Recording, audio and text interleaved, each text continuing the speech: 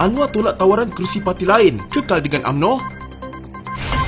Kaya dalam masa singkat, adakah Rafizi bina kekayaan guna derma orang ramai? Sah Khairuddin bertanding atas tiket Barisan Nasional. Digugul sebagai calon, Syahidan rasmi bertanding atas tiket Perikatan Nasional.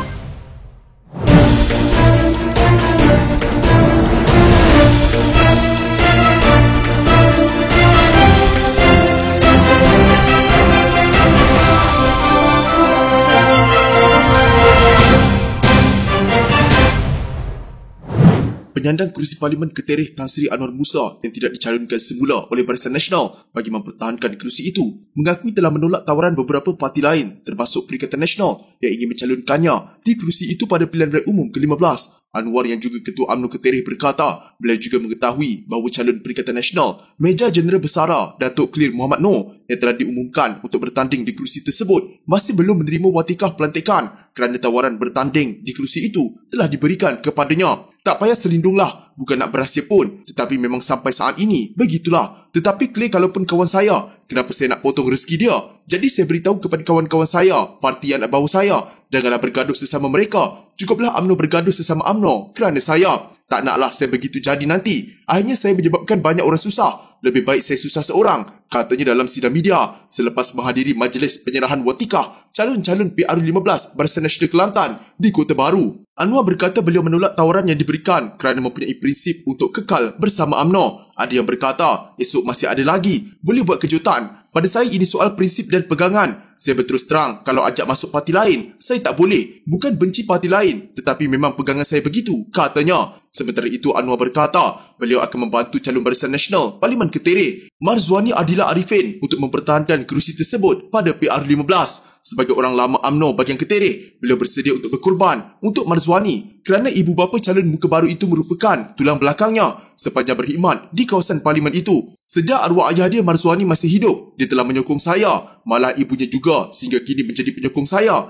Kadang-kadang ibunya masak masakan pun hantar ke rumah saya. Orang-orang ini pernah berkorban untuk saya. Jadi bila tiba giliran mereka, Marzwani, saya perlu berkorban sikit, katanya. Sementara itu, Pengerusi Perhubungan UMNO Negeri, Datuk Ahmad Jazlan Yaakob berkata, Ketua Bahagian UMNO di negeri itu yang tidak bertanding pada PR15 telah menyatakan komitmen untuk membantu calon baru dan Parti Barisan Nasional dengan bersungguh-sungguh. Antara calon baru berkenaan adalah bagi Parlimen Tumpat, Rantau Panjang, Kuala Krai, Kota Baru, Ketereh dan Pengkalan Chepah. Biarpun tidak bertanding, mereka akan memberi tumpuan penuh dalam memberi taklimat dan berkempen. Ini antara kelebihan yang ada pada Barisan Nasional, katanya pada majlis yang sama. Ahmad Jazlan berkata, kesemua 14 calon kerusi parlimen yang akan bertanding pada PR15 dipersetujui oleh pucuk pimpinan di peringkat pusat. Menurutnya, Barisan Nasional Kelantan menetapkan 8 kriteria dalam mencari calon iaitu orang muda, golongan wanita, agamawan, usahawan, kumpulan profesional, tokoh sukan, warga pendidik dan ahli politik. Kita yakin rakyat ingin melihat kerajaan yang stabil dan kukuh demi masa depan negara, katanya sambil menambah Barisan Nasional menyasarkan untuk memenangi lebih daripada 5 kerusi parlimen pada PR15.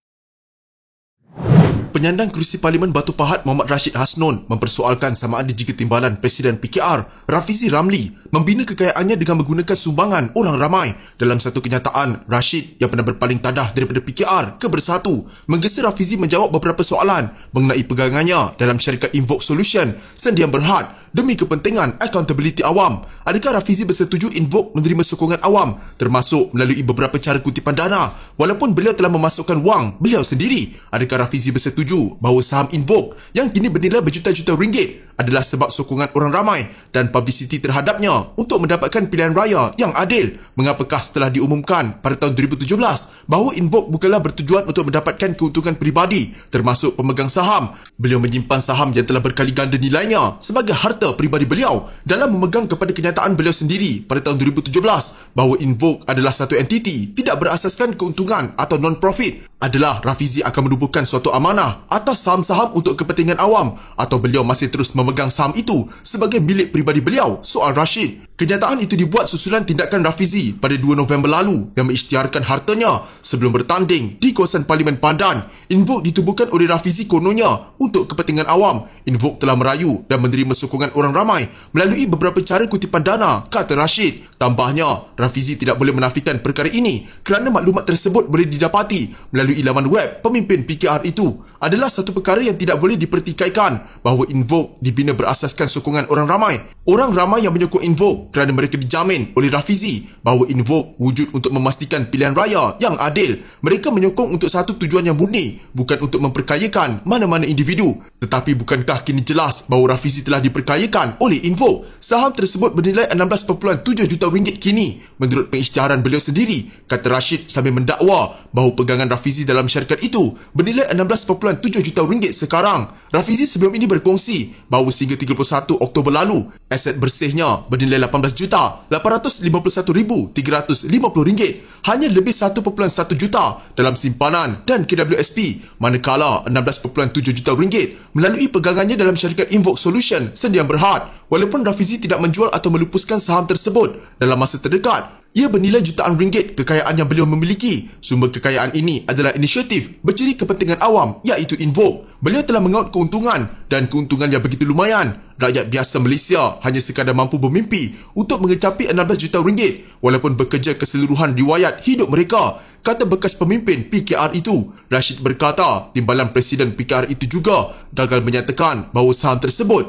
dipegang atas amanah untuk digunakan melalui program awam atau inisiatif lain yang akan memberi manfaat kepada orang ramai. Ia hanya diisytiharkan sebagai hartanya sendiri, milikan beliau dan sebagai sebahagian harta peribadi beliau. Beliau juga tidak menyatakan bahawa beliau adalah pemilik nominal. Rafizi adalah pemilik berfaedah yang mutlak, kata Rashid lagi. Sementara itu, Ahli Majlis Kerja Tertinggi UMNO, Razlan Rafi'i menyifatkan kekayaan yang dimiliki Rafizi dalam tempoh singkat adalah mencurigakan. Oleh itu, katanya bukan saja Rafizi perlu memberi penjelasan terperinci, malah siasatan juga perlu dilakukan oleh Suruhanjaya Pencegahan Rasuah Malaysia SPRM untuk mengetahui punca kekayaan pemimpin PKR itu.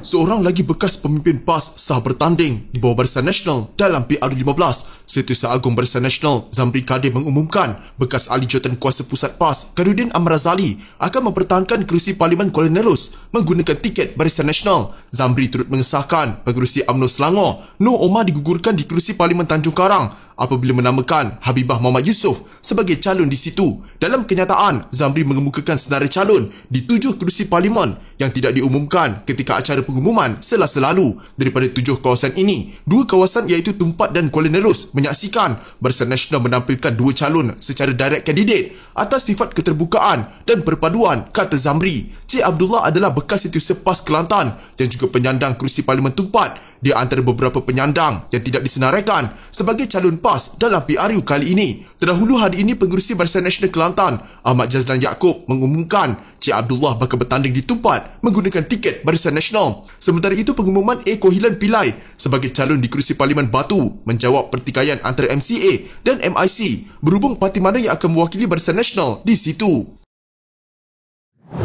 Datuk Seri Syahidan Kasim yang digugurkan sebagai calon Barisan Nasional Parlimen Arau mengesahkan akan bertanding menggunakan tiket Perikatan Nasional di kawasan berkenaan. Nama Syahidan yang juga penyandang kerusi Parlimen Arau sejak 4 panggal itu sebagai calon gabungan tersebut dijadual diumumkan dalam majlis memperkenal calon Perikatan Nasional Perlis di Kompleks PAS Tanga malam ini. Syahidan telah menerima restu daripada Perikatan Nasional Pusat untuk bertanding di kerusi berkenaan sekaligus bakal menjadi sandaran membantu gabungan tersebut menang Parlimen Arau dan keseluruhan 5 kerusi Dewan Undangan Negeri di kawasan berkenaan. Syahidan yang mengesahkan perkara itu berkata beliau akan lawan habis-habisan calon Barisan Nasional Datuk Rozabil Abdul Rahman di Parlimen berkenaan. Bukan sahaja penyokong PAS dan Parti Perbumi Bersatu Malaysia atau Bersatu, saya nak UMNO juga sokong saya. Semua gerakan di Arau saya yang atur selama ini daripada A sampai Z. Tiba-tiba tolak macam itu sahaja calon. Ambil pula bukan jawatan kuasa bahagian orang luar. Di Arau ini akan menjadi model mufakat nasional. InsyaAllah selain Parlimen Arau, 4 kerusi DUN dalam tangan dan satu lagi DUN tunggu, katanya. Barisan Nasional kemarin menggugurkan nama Syahidan untuk bertanding di kerusi Parlimen Arau dalam pilihan raya umum ke-15 dan mengumumkan Rozabil sebagai pengganti calon di kawasan itu. Selain Syahidan, penyandang kerusi Parlimen Padang Besar Datuk Zahidi Zainul Abidin juga tidak akan mempertahankan kedudukannya dan akan digantikan dengan Ketua Pergerakan Puteri UMNO Datuk Zahidah Zarif Khan. Syahidan yang sudah lebih 30 tahun dalam politik menguasai Parlimen Arau pada pilihan raya umum 1986, 1990, 2013 dan 2018 selain pernah menjawat jawatan sebagai Menteri Besar dari 1995 hingga 2008. Sementara itu, Pengerusi Perikatan Nasional Negeri Muhammad Syukri Ramli berkata penyokong PAS tidak menjadi masalah memberi sokongan kepada Syahidan di kerusi Parlimen Arau. Katanya nama Syahidan dipilih di peringkat pusat bukan negeri semata-mata. Watikah calon itu akan diserahkan oleh peringkat pusat dan nama Syahidan sebagai calon Perikatan Nasional Arau akan diumumkan malam ini dalam satu majlis memperkenal calon Perikatan Nasional Perlis. Penyertaan Syahidan itu secara tidak langsung memberi kelebihan tambahan kepada Perikatan Nasional bukan sahaja di Arau tetapi Perlis secara keseluruhan, katanya.